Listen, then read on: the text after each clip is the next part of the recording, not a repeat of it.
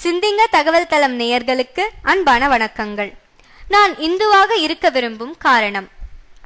இஸ்லாமியனாய் இரு என குரான் சொல்கிறது. கிறிஸ்தவனாய் இரு என பைபிள் சொல்கிறது. மனிதனாய் இரு என கீதை சொல்கிறது. கடவுள் 7வது வானத்தில் இருக்கிறார் என்று குரான் சொல்கிறது. 4வது வானத்தில் இருக்கிறார் என்று பைபிள் சொல்கிறது.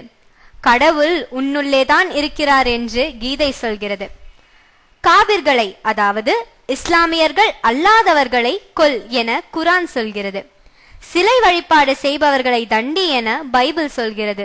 உலகமே உன் குடும்பம்தான் என்று கீதை சொல்கிறது. நான் இந்துவாக இருக்க விரும்பும் காரணங்கள். கடவுள் இல்லை என்று சொன்னாலும் குற்றவாளி என்று சொல்லாத மதம். இன்றைய தினத்தில் இத்தனை மணிக்கோ அல்லது தினமோ கோயிலுக்கு சென்றே ஆக வேண்டும் என்று வரையறுக்காத மதம். காசிக்கோ ராமேஸ்வரத்திற்கோ சென்றே ஆக வேண்டும் என்று கட்டளையிடாத மதம்.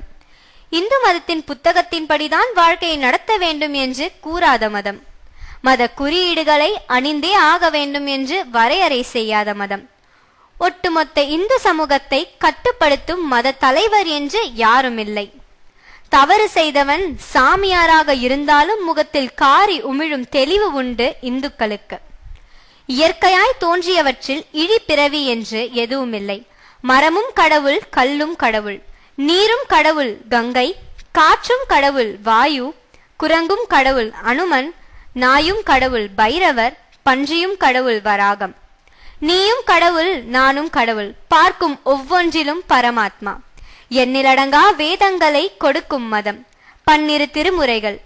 பெண்ணாசையை ஒழிக்க ராமாயணம், மண்ணாசையை ஒழிக்க மகாபாரதம், கடமையின் முக்கியத்துவத்தை உணர்த்த பகவதம், அரசியலுக்கு அர்த்த சாஸ்திரம், தாம்பத்தியத்திற்கு காமசாஸ்திரம், மருத்துவத்திற்கு சித்தா ஆயுர்வேதம், கல்விக்கு வேத கணிதம், உடல் நன்மைக்கு யோகா சாஸ்திரம், கட்டுமானத்திற்கு வாஸ்து சாஸ்திரம், விண்ணியலுக்கு கோல் கணிதம். யாரையும் கட்டுப்படுத்தியோ அல்லது போர் தொடுத்தோ பரப்பப்படாத மதம். கொன்று உண்ணலாம் என்ற உணவு முறையிலிருந்து கொல்லாமை, புலால் மறுத்தல், ஜீவகாருண்ய ஒழுக்கம் மற்றும் சைவ வரையறையை கொடுத்த மதம். இந்துக்களின் புனித நூல் என்று ஒரு நூலை குறிப்பிடுவது மிகவும் கடினம். ஏனெனில் பெற்றோர்கள் அணித்த அனைத்து நூலும் புனிதமாகவே கருதப்படுகின்றது.